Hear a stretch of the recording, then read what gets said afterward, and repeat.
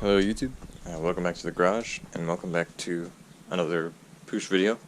In today's episode we're going to be looking at re-spoking the rear wheel. This is the front that I've already done, but I have to redo the bearing because I used some red grease that is not very water repellent. So I got some of this stuff, premium marine grease. It's just water resistant, hopefully it'll stay in the bearing a little bit longer. And also I got this wrench, which I didn't have before, so I'll be able to properly snug up the, I don't know if these are called cone bolts. If this is a cone wrench, I know that, but anyway, this is what it looks like. Also, this, see, off the bike they were, a metallic gray color, but for the rear I had these soaking in evaporust for a while, and I just left them in there for, I don't know, maybe it was probably a little over a week, but they turned black. Here's the other one too. I don't know how to explain that, or if that's like a feature of evaporust or whatnot, but yeah, they just haven't turned black. Some of these other things turn black too, but I hit them with a wire wheel and like very light sandpaper, and the black kind of coating just came right off, but these parts just they stay black, so whatever that means. But anyway, we're gonna re-spoke the wheel. I'll show you how to do that according to the manual, and then I'll show you how to grease the, reinstall the bearings. So I've already done the front, and so I'll be doing the rear here. And all you need is your equipment, the rim, the hub, the spokes and such, and just a Sharpie marker or something that will write on your hub. So the first thing you want to do is, with the brake drum facing away from you, you want to number these with numbers starting from 1, and it doesn't matter where you start as long as it's directly to the right of where the sprocket bolts mount. So for here I chose this one just because, and you go all the way around numbering by ones up to 18. Then for this side, you kind of eye down it, and whichever hole is directly left of your number 1, you mark that one A, and then you go up in the alphabet up to R. So once you have all your hub spoke holes labeled, what you want to do is take your first spoke and pass it through the number 1 hole from the top down, aka you take your spoke and you go through like this. And then your next one, you want to come up and so on, down and up, down and up, all the way around. So once you've got all your spokes in your numbered holes, you want to do the same thing with the lettered holes, starting with hole letter A. You want to start from top down, same as you did number 1, and alternate all the way around. So once you've got it done, it should look something like this, just kind of a jumbled mess. I find it kind of helps if you do all of the spokes going in one direction first, aka you do all of the top to bottom ones first. So like you do A, C, E, G, which is going through a bolt hole. But if you do that and then flip it over and do them the other way, I find it helps a little bit faster. Anyway, this is how it should look as far as the alternating directions go. So the next thing you're going to want to do, if you haven't already, is number your rim with the numbers 1 through 36. And the way you do that is you start where the valve stem goes, go 1 to the right and go there, and just go all the way around until you make it back around to number 36. So the next thing is to marry the hub with the rim, and to do that you hold your rim so that the numbers are increasing to the right, aka clockwise, and then you take your hub and you hold it in this fashion, aka the brake drum facing away from you, and you follow these directions. So once you're done spoking, it should look something like this. Now it should still be a little bit loose because you only tightened each of the nipples just a couple turns by hand, But yeah, now you can move on to truing.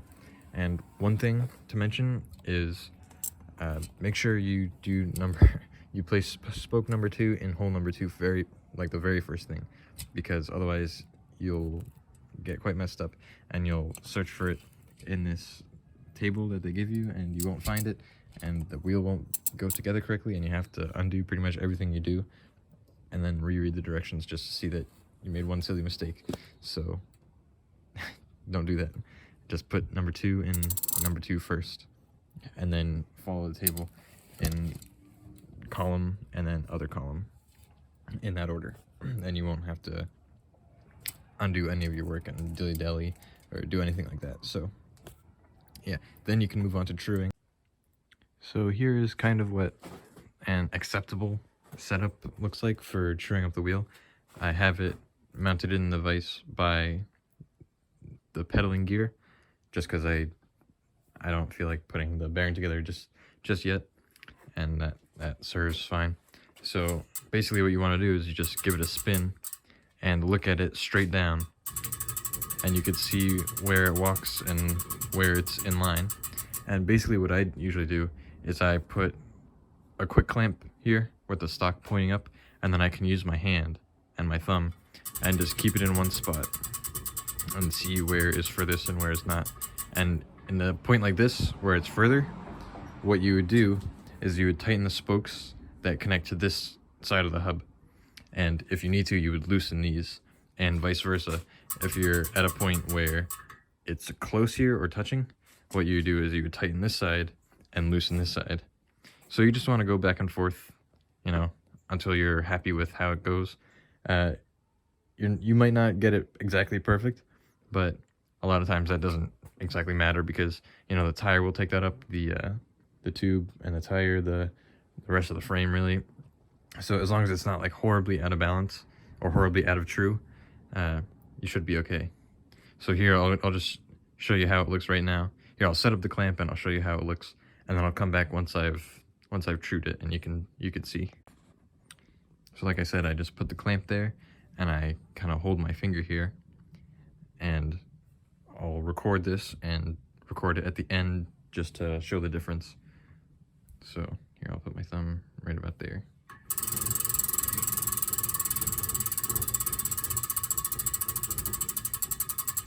So you can see at the furthest point it's about, you know, 1/2 inch, 3/4 inches away, and at the closest point, like right here, it's actually touching. So you also kind of have to eye it based on the hub, because you want it all to be centered. You don't want it all to be like offset. So even though this is touching, I would want to push it that way a little bit. And then even though like right here is like super far away, I don't want to bring it all the way so that it is touching. I want to bring it so that, you know, it's halfway to my thumb, for example. So there it is right now. And so here's what it looks like after, I mean, it's only been maybe between 5 and 10 minutes of truing. So before, remember,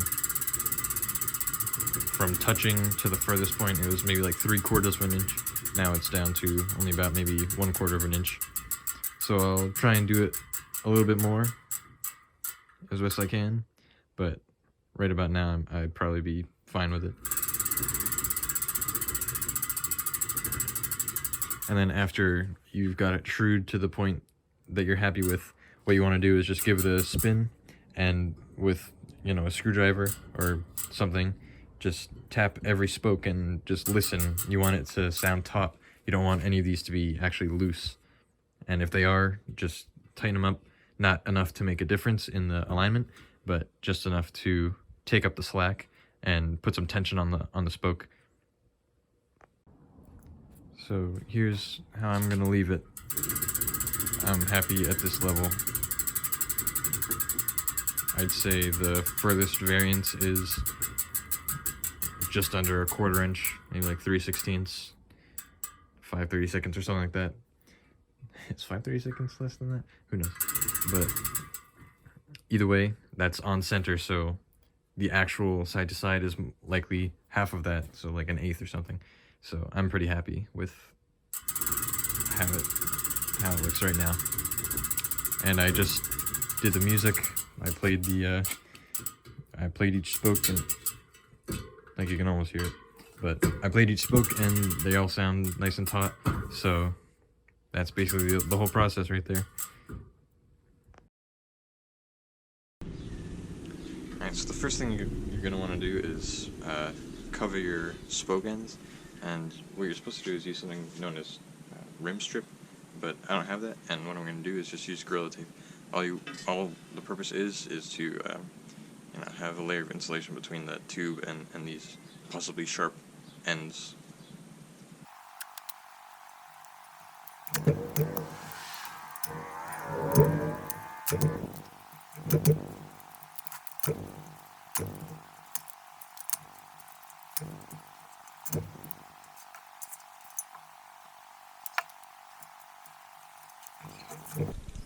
Yeah, this is supposed to be one continuous band, kind of like a rubber band, just a long rubber band, with a hole for your valve stem to go through.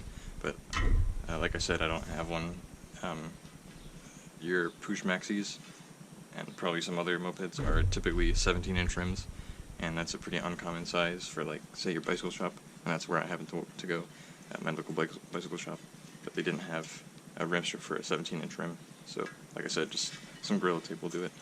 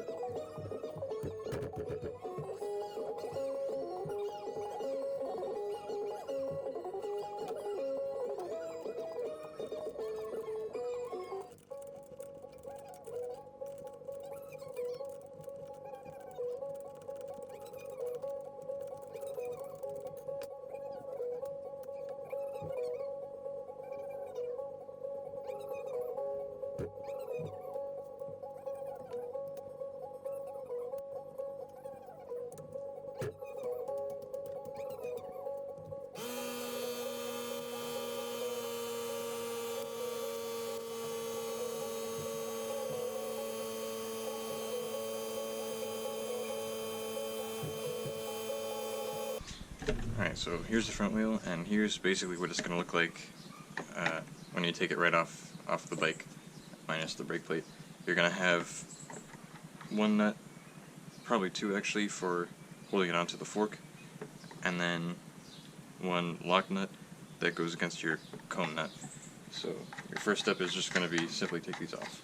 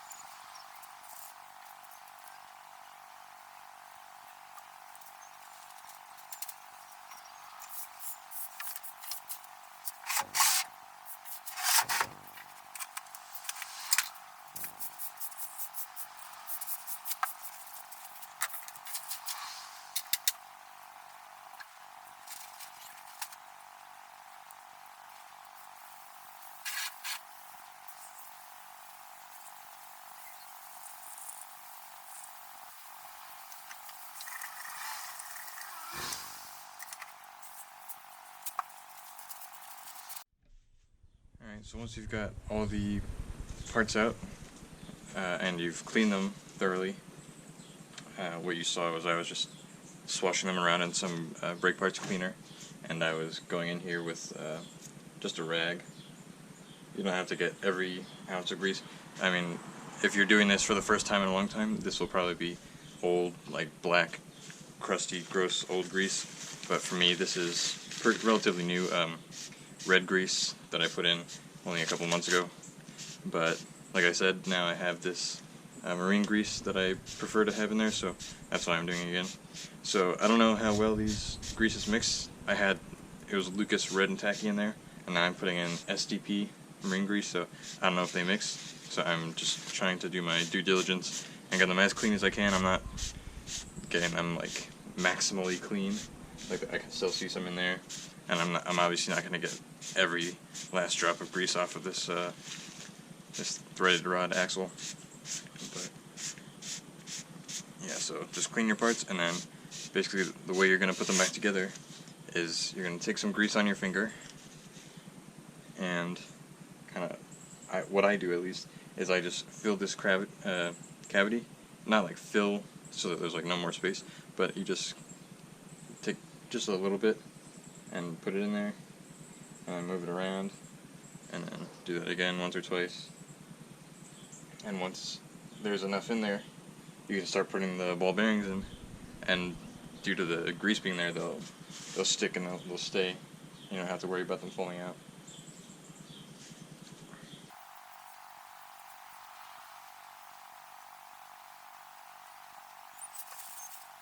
And also, on the front wheel, at least for the 1978 Puch Maxi, for each side you're going to have 11 ball bearings, so a total of 22. And then on the rear you're going to have 13 on either side, for a total of 26, if I'm not mistaken.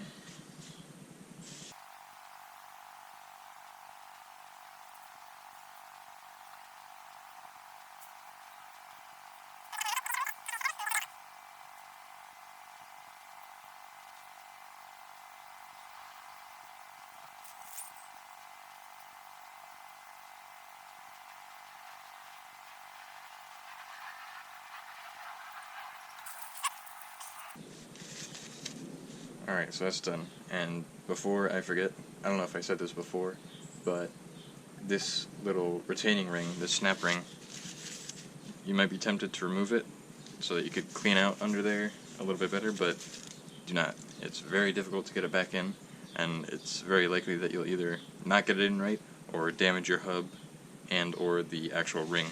So I recommend you just leave it as is, clean it out as best as you can. You can use brake clean or air or just with soap and water or whatever you want, but do not remove that ring because it's difficult to get it back in.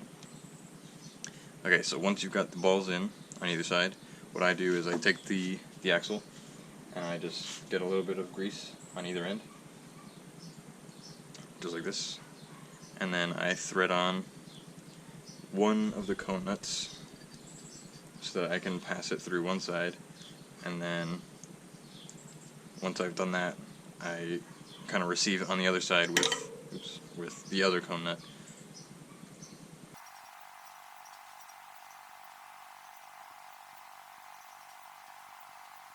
So I usually thread it on about 1 inch, maybe a little bit more, because once it's on there, you're going to want to center that as best you can. So usually 1 inch does it for me. Say your jokes now. So then what I do is I stand up the wheel and I put in the axle from one side, carefully not to disrupt the ball bearings, and then I lean it on that one side, and already I can see I have to thread the axle through the other side a whole lot more, but then you just get to it on this side as well. And also, it's important not to forget to put in any grease you want to before you close it up, because obviously once it's closed up you're not going to be able to get in there.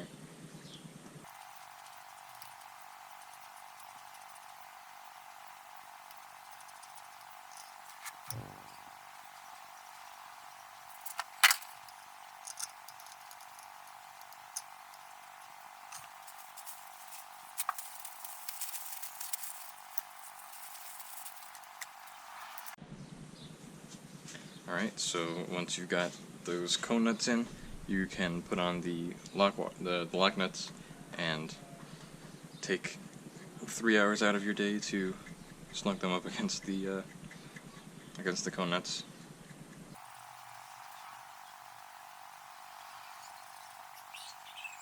Alright, so basically what you're going to want to do is tighten the cone nuts together so that obviously the axle can spin, but there's no side to side, and then just a tiny bit tighter.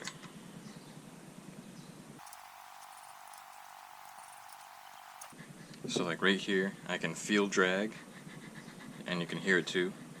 However, there's no side to side, and it's not excessively draggy. So then what you're going to want to do is just hold on to that cone nut, and then grab a appropriately sized wrench, and just cinch that down. And when you do that, it might come a little bit out of, whatever setting you just set. So just double check, make sure it's the same, and do the same on the other side. There you go, that's pretty much it. Now all you gotta do is go put it on the bike. However, I don't have my forks assembled yet, so I can't quite do that. But so that'll be, I guess, in the next episode, the front forks and the steering. So I'm going to rebuild the front fork bearing, the triple tree bearing for steering, and then I'll install the wheel. And I've already installed the rear wheel, so you'll see that next time. And I've also put the pedals and the chains on, so that's all set. Basically, it's just waiting on the front end to become a roller. At that point, I'll start working on trying to get the engine running. I just realized that last time when I tried to get it running, I had a couple of plugs out. So most importantly, the plug right under where the crank is rotating. So all my air fuel is probably just getting pumped right out there. So I'm not too scared yet, at least, that the engine's not going to run. But that's for next time. So thanks for watching. I hope you learned something from how to spoke to how to do your bearings to even mounting this. Who knows? But thanks for watching. If you liked it, please consider liking or subscribing, and I'll see you next time.